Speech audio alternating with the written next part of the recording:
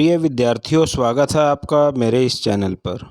आज आप लोगों के लिए एक इम्पोर्टेंट टॉपिक लेकर आया हूँ। Learning and teaching paper third, जो लास्ट ईयर पेपर आया था बीएड फर्स्ट ईयर के अंदर, उस पेपर के अंदर कौन कौन से क्वेश्चन आए थे और इस साल 2023 में कौन कौन से क्वेश्चन पूछे जा सकते हैं, इस वीडियो के अंदर वो सब हम डिस्कस करने वाले हैं। तो चलिए शुरू करते हैं। सबसे पहले जब भी आपके हाथ में क्वेश्चन पेपर आता है तो उसके अंदर जो इंस्ट्रक्शन होती है उसको ज़रूर पढ़ लेना चाहिए।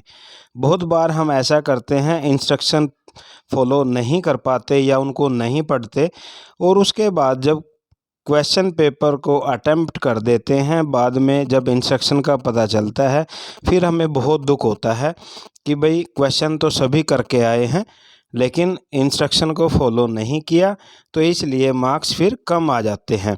अब वो मार्क्स कम क्यों आए? क्योंकि जब इंस्ट्रक्शन के अंदर लिखा होता है अटेम्प्ट 5 क्वेश्चंस इन ऑल, यहाँ तक हमने पढ़ लिया और हम समझ गए कि भी पूरा पेपर है, इसके अंदर से 5 क्वेश्चन करने हैं, लेकिन उसके बाद की हम इंस्ट्रक्शन नहीं पढ़ पाते और हम गलती कर बैठते हैं।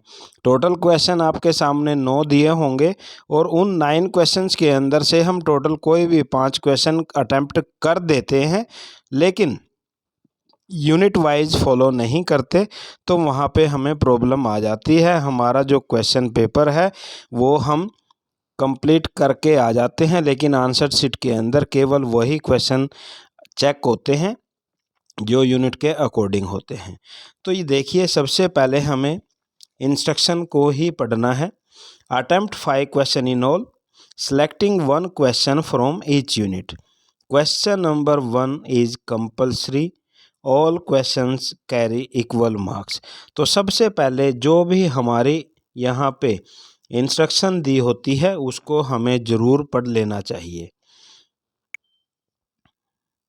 Compulsory question, right short notes on the following. जब भी आपने कोई भी शॉर्ट नोट लिखना है, कम से कम उसके ऊपर आपने 1.5 पेज को लिखना होता है जब भी आपने आंसर देना है 4 नंबर के क्वेश्चन के लिए। और कोशिश कीजिए कि जो आप आंसर दें पॉइंट्स के अंदर उसको क्लियर करते चलें। पहले क्वेश्चन के अंदर आपके 4 ऑप्शन दे रखे होंगे, चारों के चारों ऑप्शन आपको अटेम्प्ट करने हैं। Nature of learning, educational implications of Pavlov classical conditioning theory of learning, concept of indoctrination, interactive phase of teaching। ये 4 ऑप्शन पहले क्वेश्चन के अंदर दे रखे हैं।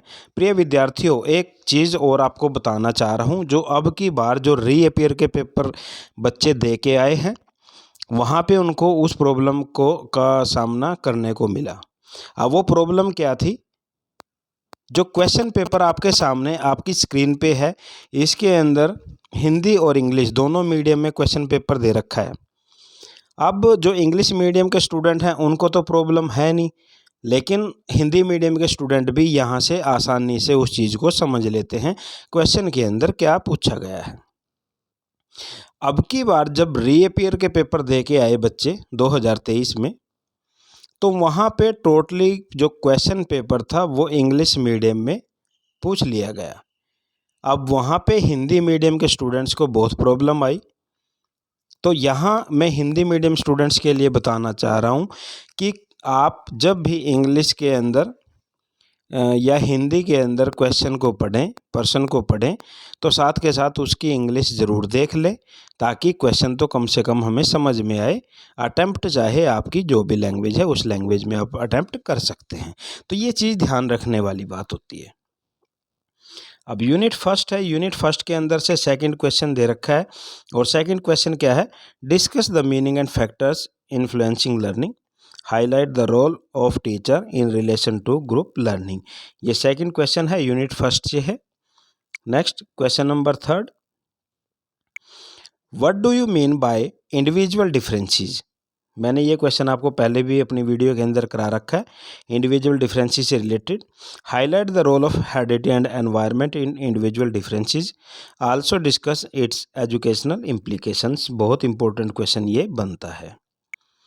यहाँ अगर ये सभी क्वेश्चन अगर आप करके जाते हैं तो डेफिनेटली आप 50 नंबर तो यहाँ से ले सकते हैं, क्योंकि इनमें से बहुत सारे क्वेश्चन ऐसे होते हैं जो रिपीट हो जाते हैं।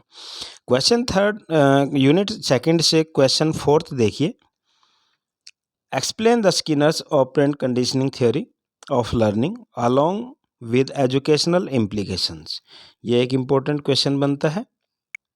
Next, discuss in detail the social constructivist theory of learning by Vygotsky along with educational implication.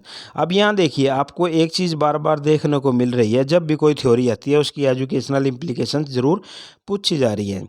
तो प्रिय विद्यार्थियों, आप लोगों ने क्या करना है कि एजुकेशनल इम्प्लीकेशंस हैं, जो मेरी वीडियो बना रखी है मैंने, आप वहाँ चैनल पे जाके या यूट्यूब पे जाके आप एजुकेशनल इम्प्लीकेशंस लिख के और पीछे डिजिटल KNL कोचिंग लिख दें, तो आपको एजुकेशनल इम्प्लीकेशन कम से कम 35 पॉइंट्स आपको वहाँ पे मिलेंगे। आप उनमें से कोई भी 10-15 पॉइंट आप आराम से याद कर सकते हैं और वो लिख सकते हैं। तो एजुकेशनल इम्प्लीकेशंस का ध्यान रखिए। नेक्स्ट आ जाता है unit third, discuss the concept, characteristics and levels of teaching in detail. ये भी एक इम्पोर्टेंट क्वेश्चन बनता है।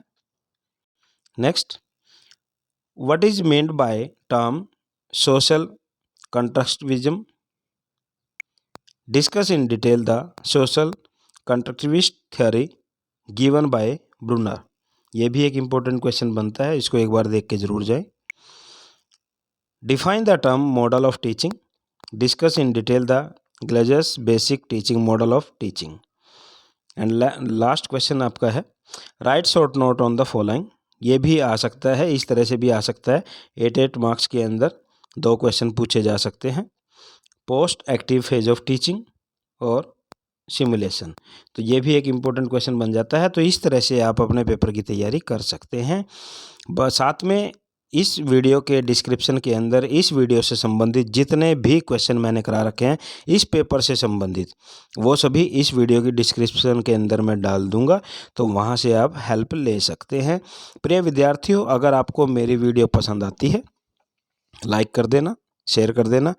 चैनल को अगर सब्सक्राइब नहीं किया तो प्लीज़ चैनल को ज़रूर सब्सक्राइब करें। ये केवल एक मोटिवेशन होता है हमारे लिए कि हम कुछ कर रहे हैं। Thank you.